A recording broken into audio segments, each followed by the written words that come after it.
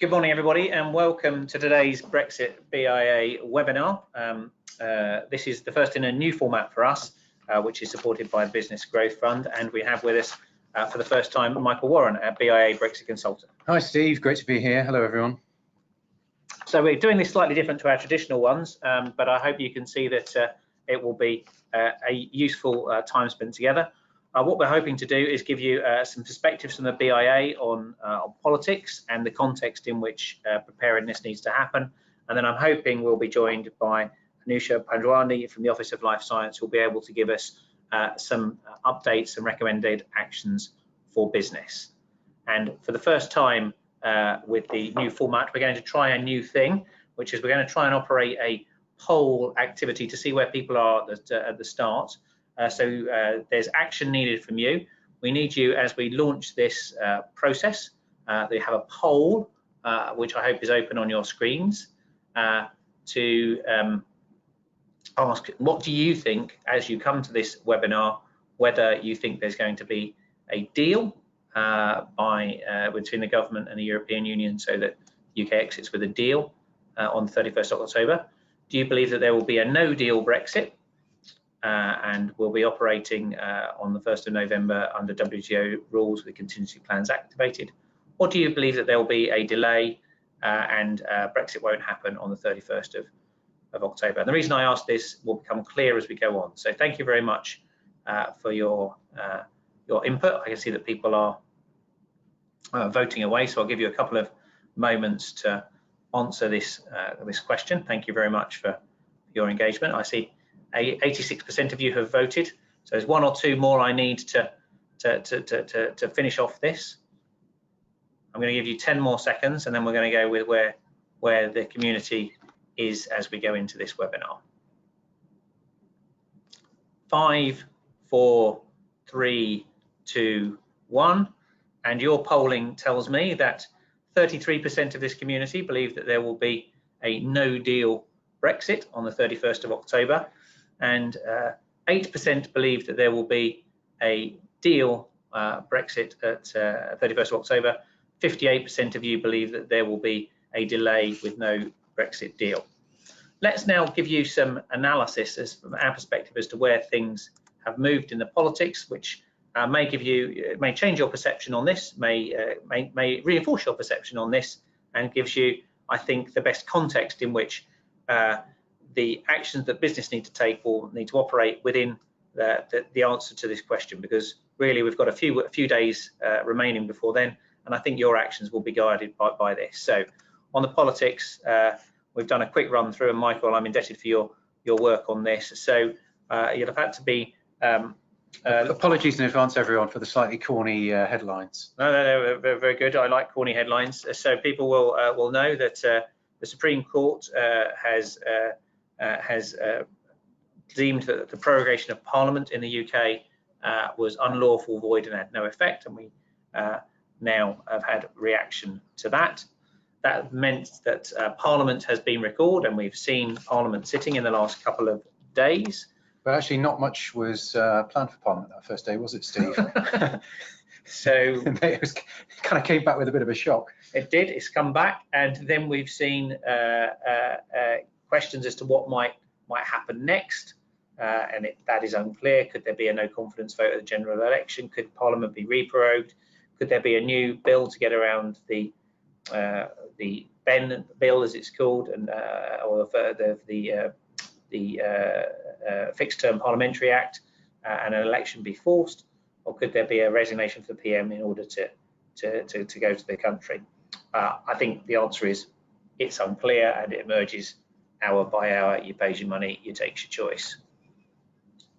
Has anything actually changed, do you think, Michael? If we go off what I wrote in this slide, the answer, the bottom line is probably not.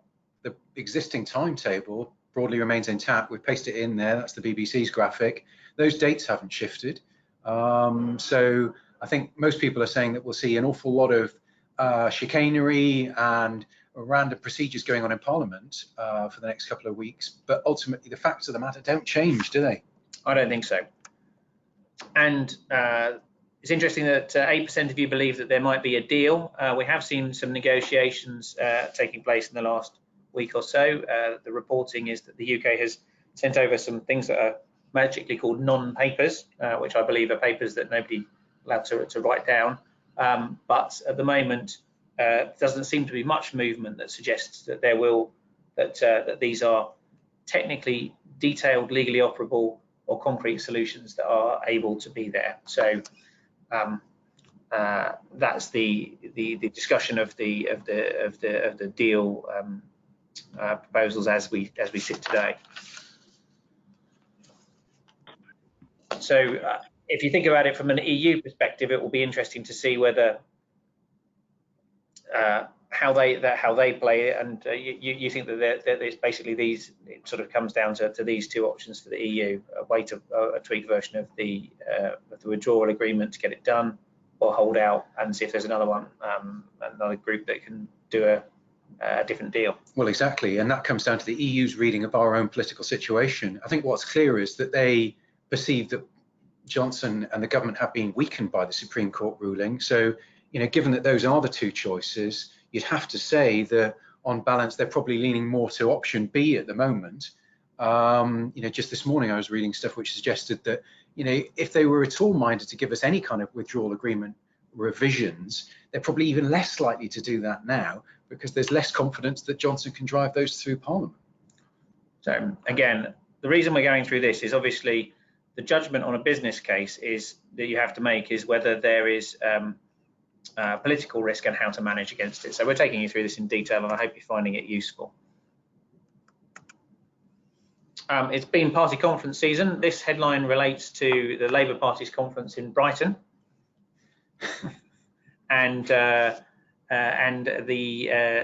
new position of the Labour Party has been not to back Remain, but to stay neutral whilst negotiating a new deal within 3 months if they win an election.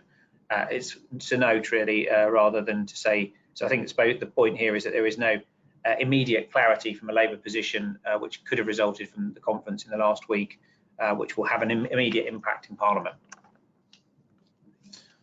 Michael, you're kind enough to dig out the BEN Act, the European Withdrawal No. 2 Act 2019, the one that was passed by Parliament, and I think it's interesting to see the exact wording that's in UK law at the moment. This is not an act. This is now a law of the UK, and the law says that the PM has to send this letter to the European Council, and these are the words of the letter to the European Council if a deal is not done, to ask for an extension until the 31st of January. Now, we've seen talk as to whether the government will seek to use arcane constitutional devices to get around this. It's hard to see that in a standard form of business that this would be got around, but we do live in extraordinary times. But I think if you're, as a business perspective, as you balance, is there going to be a deal, is there going to be no deal, or is there going to be delay? At present, the law of the UK, despite what the government says, is that the Parliament has asked that the government ask for a delay. So I think this is an important and material fact. Whether the government can get around this is an important factor, but I think, again, if you go from a legal basis, and then there is a discussion as to whether European law, Article 50, trumps UK law, and we've seen discussion this morning about whether orders of council, a Privy Council move, might be used to get around this. But given that we've had the Supreme Court strike down some decisions this week, and this is an Act of Parliament which was passed by this Parliament, I think it's quite important that people weigh in the balance this, which is the law of the land, as we go towards our preparations going forward. And that's why I think we've put here, could there be thinking being developed by the government to try and get around the law passed by Parliament? And I think it's fair to say that it would be remiss to have this in business planning to see that the government is endeavouring, or certainly thinking about all its approaches, and ministers are not ruling out approaches that are beyond this. As always, Matt in the Telegraph, I think, captures some of the ways in a light-hearted manner which you could find might be new ways of doing things. Just this morning, Steve, I've seen discussion about whether in fact the EU even needs the Prime Minister to ask for an extension, and whether the EU could take a request for an extension direct from Parliament. Interesting stuff that needs to be dug through in terms of EU legislation on that front. But I think our view all in all is that it seems very unlikely that Boris is going to break the law. He said he's not going to do that.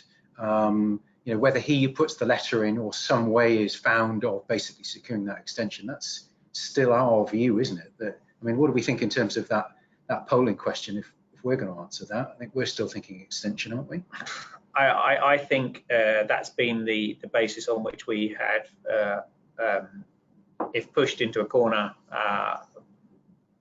given our judgment in previous months. I think it's hard to predict, and there is no BIA recommendation to companies as to how to approach this. All we can do is lay the facts before you, enable you to take analysis based on your business, your own business, and of course, I put this in to remind people that the Duke of Edinburgh no longer drives on public roads, and as you know, he has retired from driving on public roads. So this must have been taken on the Balmoral estate this summer, and I'm sure that he's taking some strong advice from the figure here.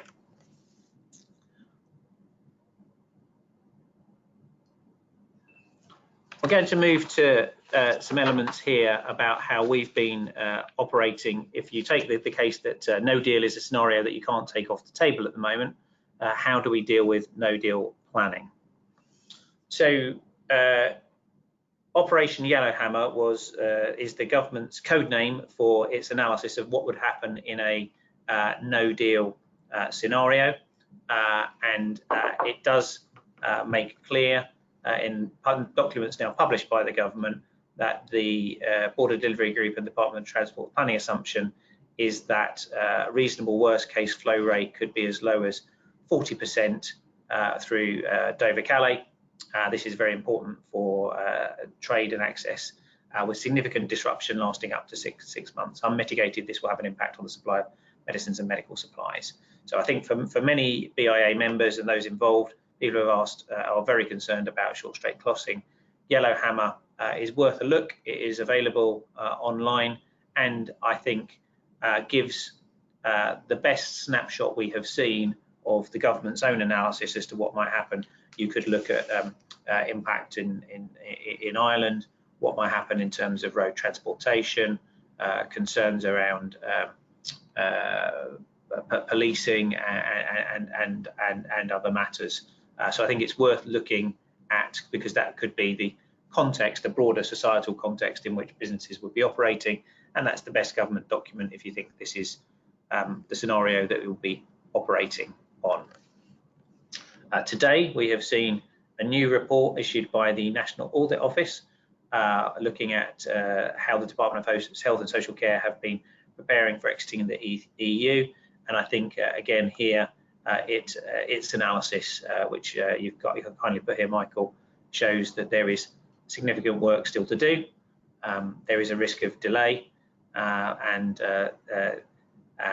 time is extremely limited to put in place the Department for Transport freight capacity. And I think what's new in it this week is that they have now said, or the NAO have said, that it's possible, it might not now be possible to have all the freight capacity available on the 31st of October. So again, some sobering reading if you are planning for this scenario, and these are documents I would encourage you to have a look at. We have made sure that from a BIA perspective that media are clear about our concerns around the need for improved freight plans in particular. They need to be sped up, and we know that many members are still looking to understand how the government secured contingency routes will operate in practice, and we continue to press the case for early confirmation of information that will enable people to book on as a #1 priority in a no-deal scenario. Many of you will have businesses that are operating in the service sector or not moving medicines directly across borders, but these are the particular concerns that many members have come to us. And if there is to be a deal, we have been consistent for over 3 years about the core areas, which, thanks to your input, have been the things that we've asked for from government. Close regulatory partnership between the MHRA and the European Medicines Agency, trying to keep that process together. The ability to move people easily to maintain brain circulation and business continuity, and continued engagement in R&D and funding and science are the core areas we've looked on. We continue to make that argument. Sometimes it's quite hard to discern in an era of non-papers that which it is that the government is operating. The Prime Minister did make some remarks around regulation in his speech in America at the Hudson's Yard speech. It's hard to dig from that what the proposition is that has been put, and as the EU are not saying there's anything detailed to dig on, it's quite hard to discern what the ask of government is.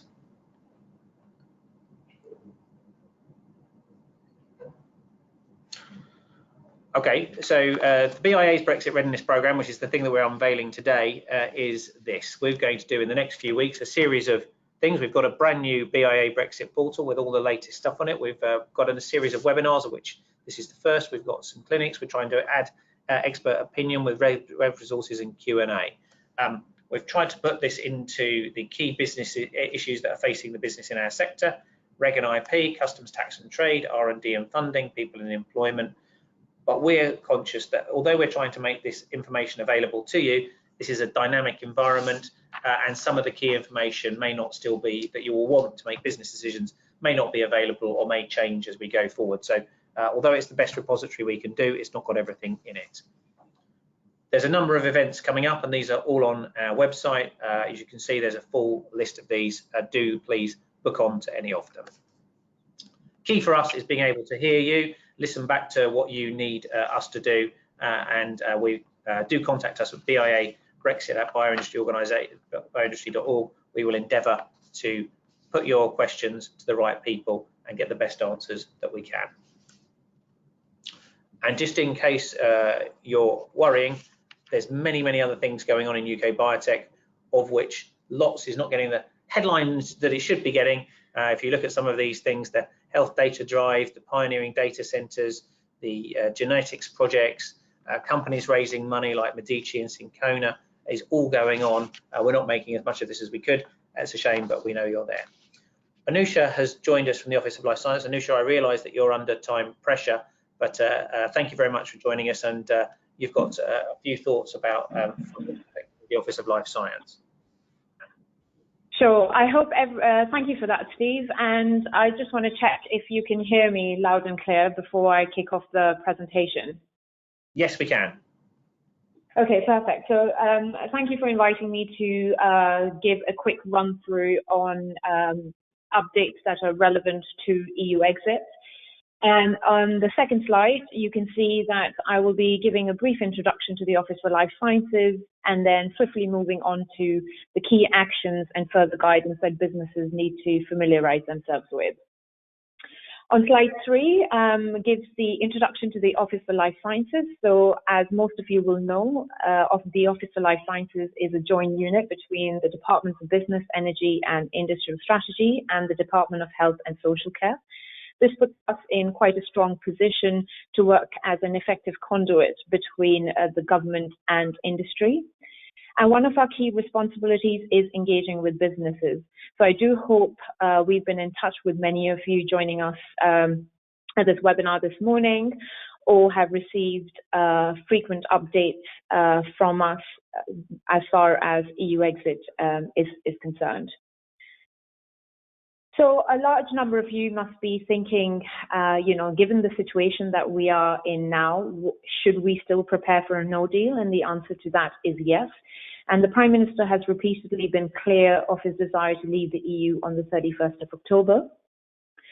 Steve earlier on briefly referred to the bill that has now become law for the Prime Minister to ask for an extension to the 31st of January.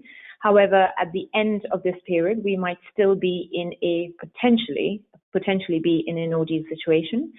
And given the political uncertainty, it is vital for us as a responsible government and as a responsible country and businesses to continue to prepare for all scenarios, including a no-deal scenario. And in the next few slides, I'll just be going through quick actions and guidance, but please feel free to email me at the Office for Life Sciences regarding, or please send your questions to BIA and then they can funnel those questions to me regarding the presentation I present for you this morning. So, 5 actions to prepare for a no deal. The first action says, please go to gov.uk for information that is relevant to your businesses. The next few slides will cover medical devices regulations in a no-deal situation, the regulation of medicines in a no-deal, and the continuity of supply. And I'll briefly just run through each of those now. So, in a no-deal scenario, the UK's participation in the European regulatory network for medical devices would end. And in that case, the MHRA would take on the responsibilities for the UK market that are currently undertaken through the EU system. There are some things that will remain the same. So for a time-limited period, the UK will continue to allow devices to be placed on the UK market. And these devices have to be in conformity with the applicable EU directive. Those products must continue to carry a CE mark, and devices which currently require conformity assessment by a notified body must have a valid CE certificate.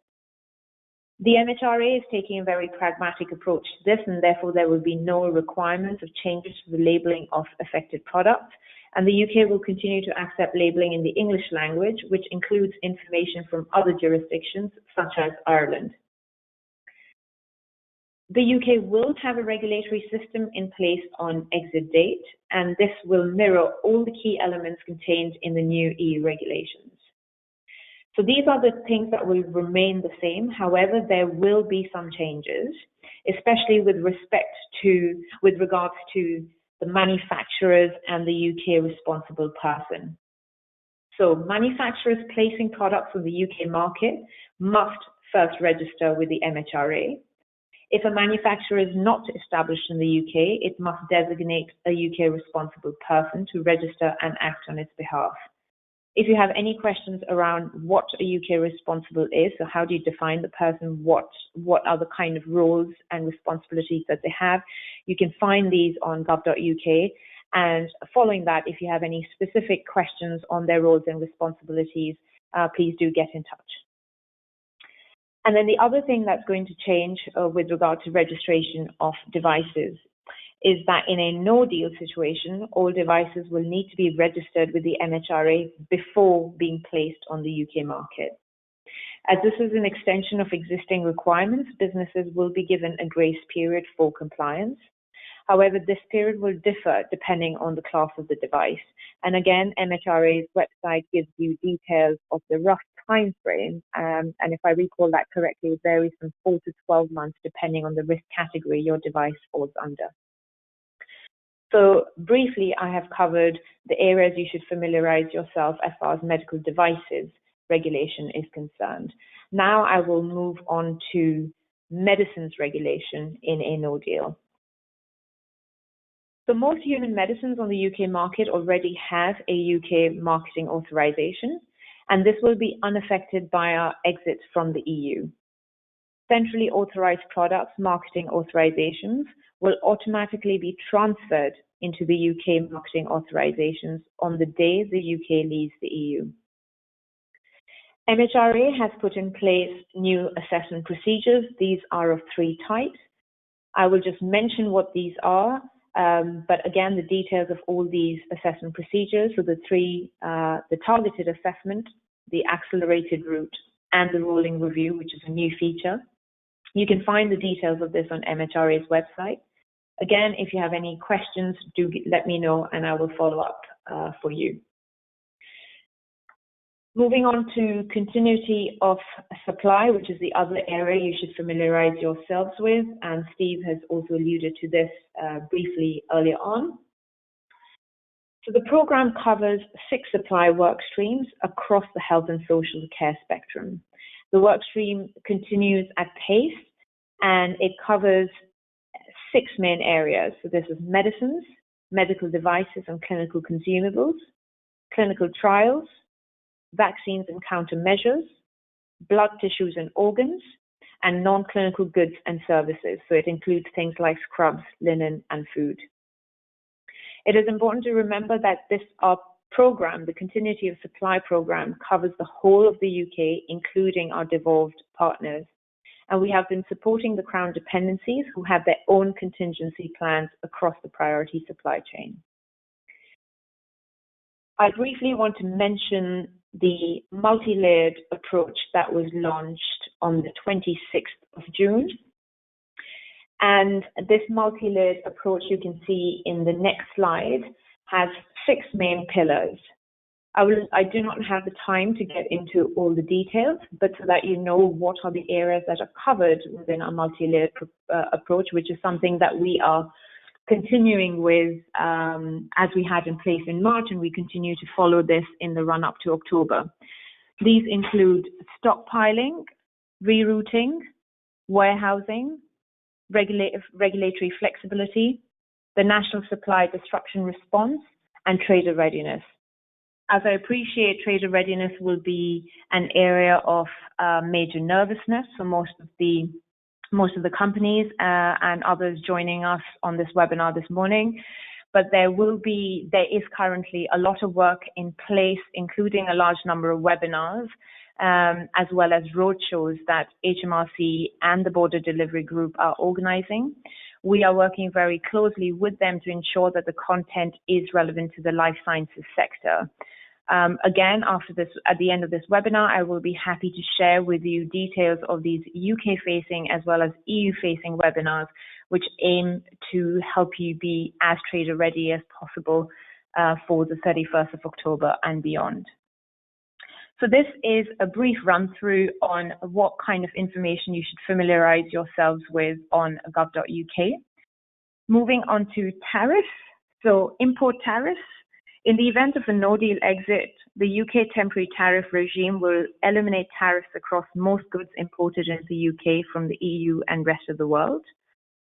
For export tariffs, most medical devices and pharmaceuticals and some associated raw materials are covered by the Information Technology Agreement or the Pharmaceutical Tariff Elimination Agreement.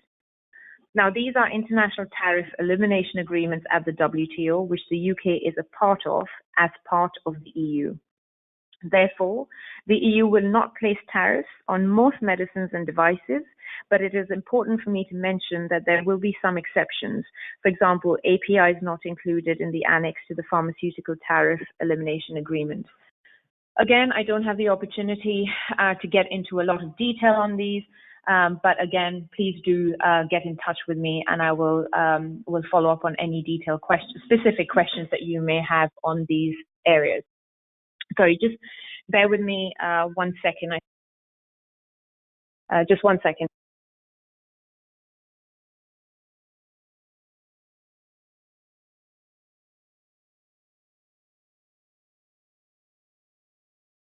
Hello, can you still hear me? Yes, we can. Thank you. Okay, perfect. Then moving on to VAT. So what's changing? We expect EU member states will apply rest of the world rules to the UK for exports and other EU VAT processes. For parcels sent by overseas businesses, the low value consignment relief will be abolished. So now there will be VAT collected from businesses for parcels up to £135. In a no-deal scenario, postponed accounting will be introduced for imports from the EU and rest of the world. On gov.uk, there are 5 main actions that you need to take with regards to VAT. Again, please do visit gov.uk and you will find details on what actions you need to take with regards to VAT. Okay. I mentioned already what are the specifics in terms of the regulations that that you need to familiarize yourself with, as well as implement if the UK leaves the EU without a deal. This also includes that medical suppliers will need to establish their marketing authorization here. The applicants and qualified persons for pharmacovigilance in the EEA to sell any products there. And also businesses will need UK establishments by the end of 2020 to sell in the UK. So there, again, there's quite a bit of information on what steps you need to take in order to be able to place medical products in the EEA as well as in the UK. You can find this information on MHRA's website as well as on gov.uk. Again, any questions with regards to QPs or QPPVs or timelines, do get in touch, and I will be happy to direct you or point you out in the right direction and provide you detailed information where that is possible. Moving on to workforce, this will be an area you will be familiar with, but I will just briefly run through it now. So the EU settlement scheme, the EU citizens and families can apply to this scheme to continue living in the UK after the 30th of June 2021. There's the settled status and the pre-settled status. So the settled status requires 5 years of continuous residence in the UK and full rights to remain. The pre-settled status is for people with less than 5 years of continuous residency. The deadline for this is the 31st of December 2020 for EU citizens in the UK if the UK leaves the EU without a deal. Then I will move on to the EU temporary leave to remain. And this is for EU and Swiss nationals who are wishing to enter the UK between the 31st of October 2019 and the start of the new immigration period in 2021. So everyone entering in the interim period. For this, EE citizens can enter the UK without any visa and can stay up to 3 months. This can be extended for 3 years, but then beyond that, it is not extendable. There is a lot more detail on the occupational list, which has recently been expanded. There's also the salary threshold, and there is a call for evidence. So if these are the areas you are interested in, which I suspect a large number of you who employ European and EEA nationals would be interested in, it is definitely something you should familiarize yourselves with and follow up with any questions that you may have. It's important to say that although I have gone through quite a few policy areas, OLS does not lead on quite a few of the policy areas, and workforce immigration and mobility is certainly one of those areas. But we're happy to follow up on any of the questions that you may have with regards to EU citizens in the UK. And I think with that, so the last slide is on further and more detailed information. So in this slide, I have just tried to collate relevant landing pages, which would be most useful for you and your businesses to familiarize yourselves with, and also will be a good starting point to familiarize yourselves with the area, as well as more detailed information. It would be a good idea to register your email addresses with HMRC. I think it is, and this is because there are constant updates in this area, and we will try and share this with you at the earliest opportunity, but it might be an idea to register your email addresses with them so that you have access to the data. But the guidance that the government provides. Apologies for that very swift run through of the 5 key actions you must take. Again, as I have said previously, I am happy to follow up on any questions that you may have. And with that, I'll hand it back to Steve. Thank you. Anusha, thank you very much. I understand the circumstances in which you're doing this and really appreciate you continuing to do this. I think you've done an immense job there of condensing some very complex information into a rapid and easily comprehensible presentation. And I think now really the opportunity is for us to discuss this. And I suppose perhaps I can frame this. And Anusha, if you need to go, do please go. I suppose the way that I think about this is, in the first half of the webinar, we've endeavoured to give you an analysis which gives you what's likely to happen and where are we, and then you can work out whether you need to plan for deal. If there is a deal, I think there will be a transition period, which so things will continue largely as normal.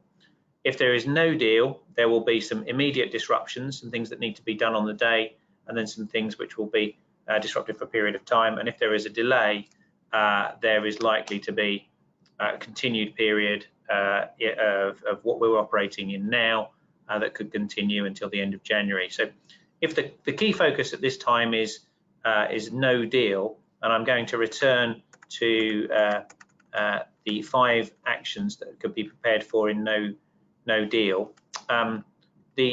My thought process here is just to give some analysis on this. So from my perspective, I think Anusha was right that the gov.uk information is dynamic and is continuing to update. So there is more, and it is better this week than it was last week, but it is confusing, and there is a lot of it, and not all of it is based in legal certainty yet. So lots of information, and probably doing the basics is sensible.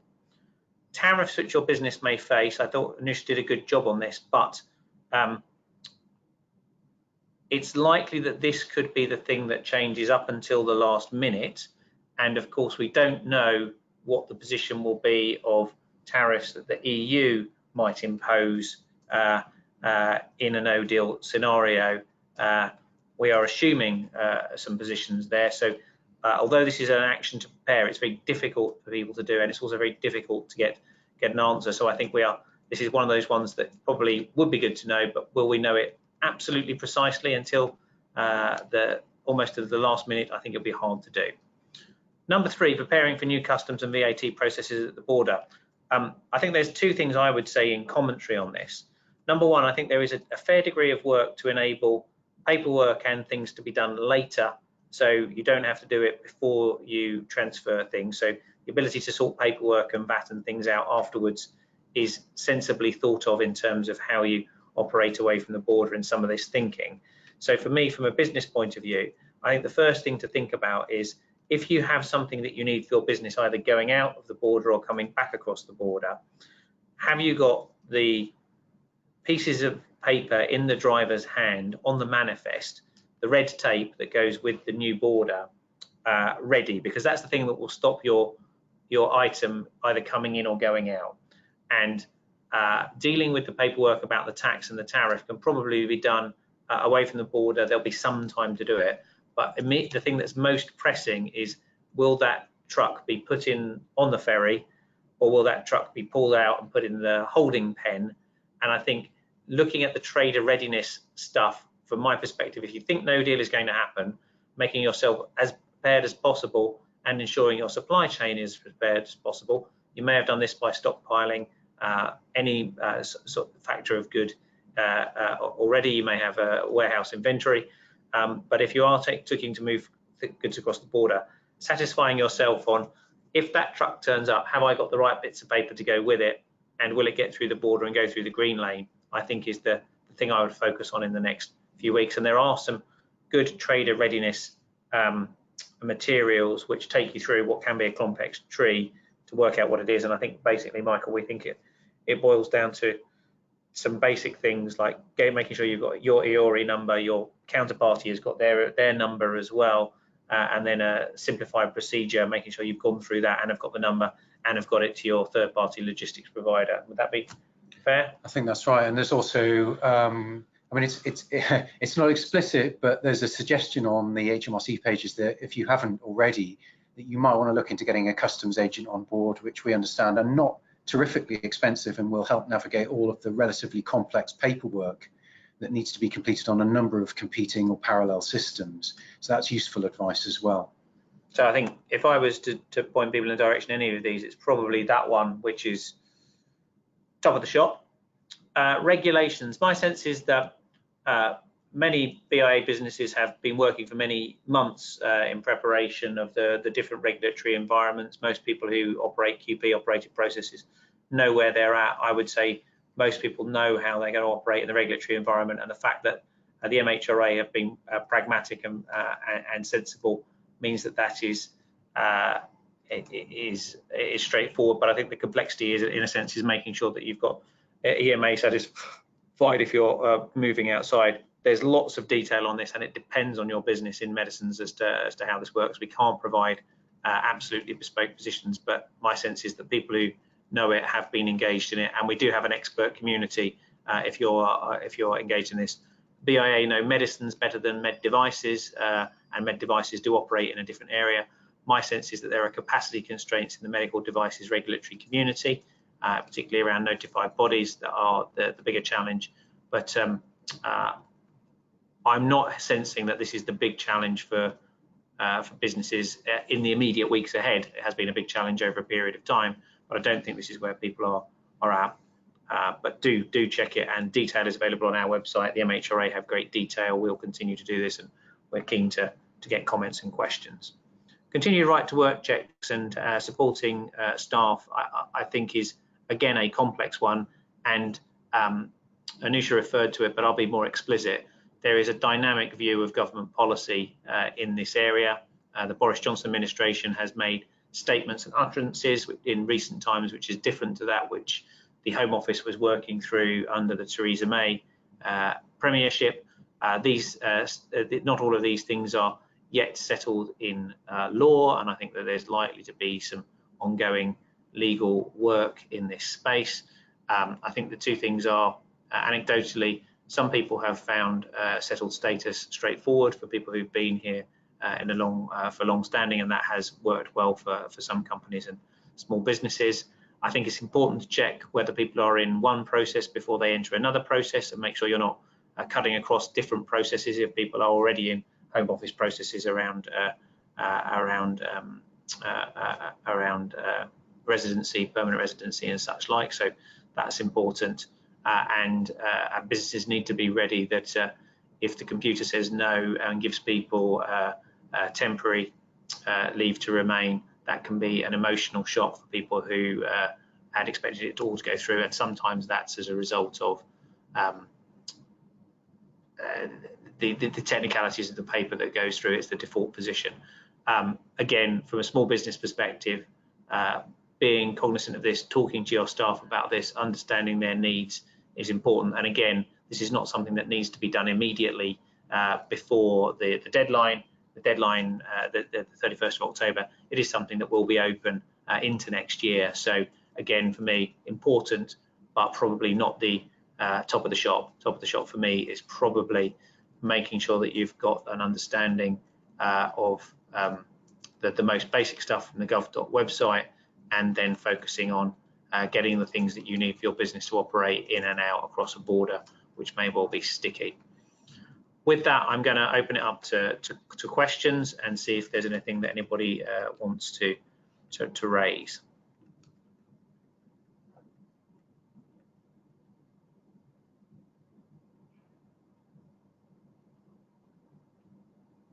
Not getting a lot of chat here, so I'm going to see if we can do the poll again. Can we do the poll again? Let's see if we can do that.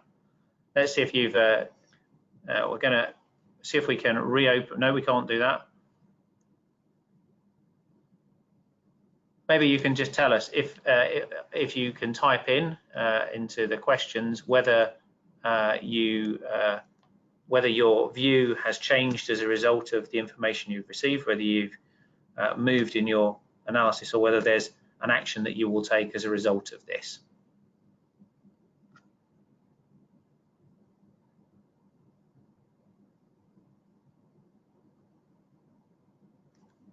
No, thank you for your comments, those of you who are inputting.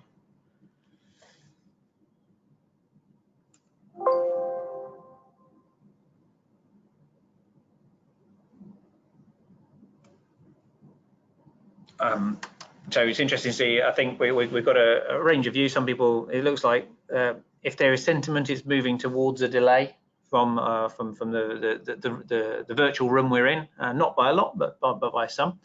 And I've got a question on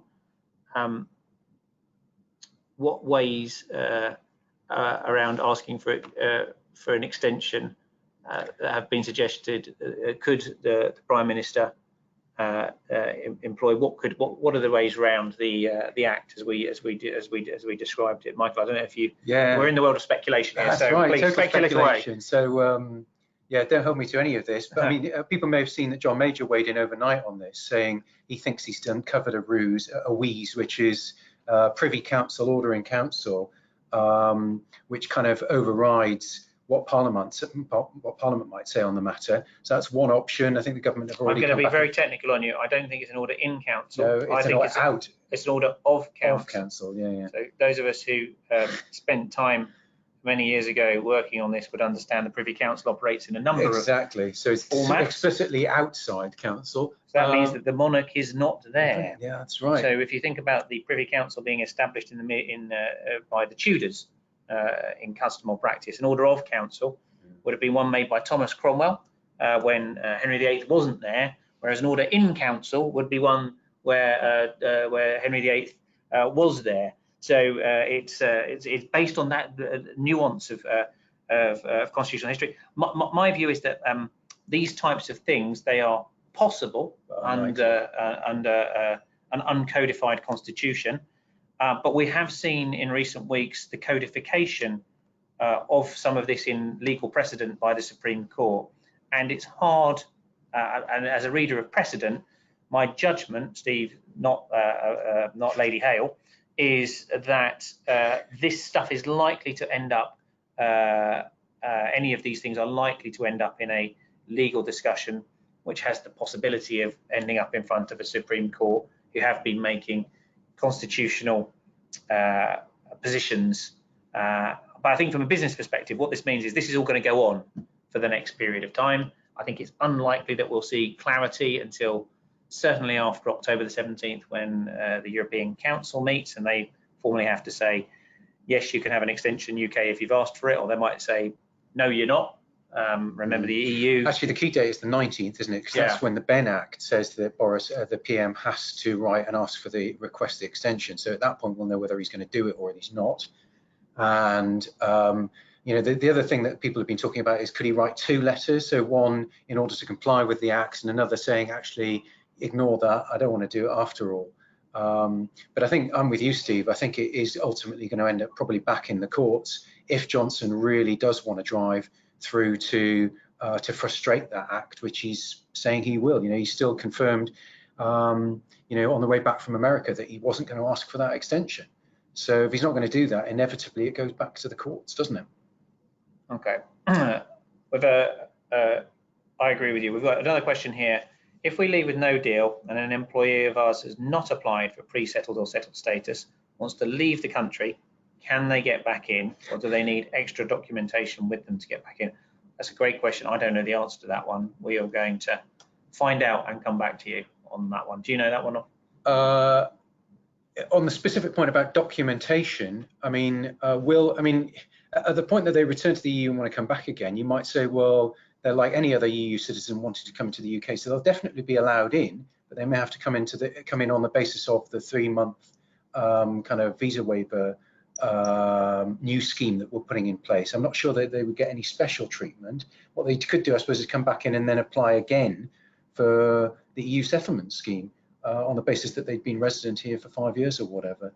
But I mean, I think as Anusha said, and Steve, you said, you know, none of this is really locked down because all of the stuff on immigration is not yet codified in law and could change and has actually changed over the last 18 months. So the point is, let's be very careful in providing definitive advice to employees on this stuff, because it could actually change. And what we don't want is a situation where members, HR teams are giving what could be considered definitive advice to their employees, which then might change and could be challengeable. So I think we just have to say, you know, this is the current advice from the Home Office. Look at that, but be prepared for other things to change depending on where we end up on the 31st or subsequently. Yes, apologies, we're not able to be specific on that. I think the other thing I would just say as we look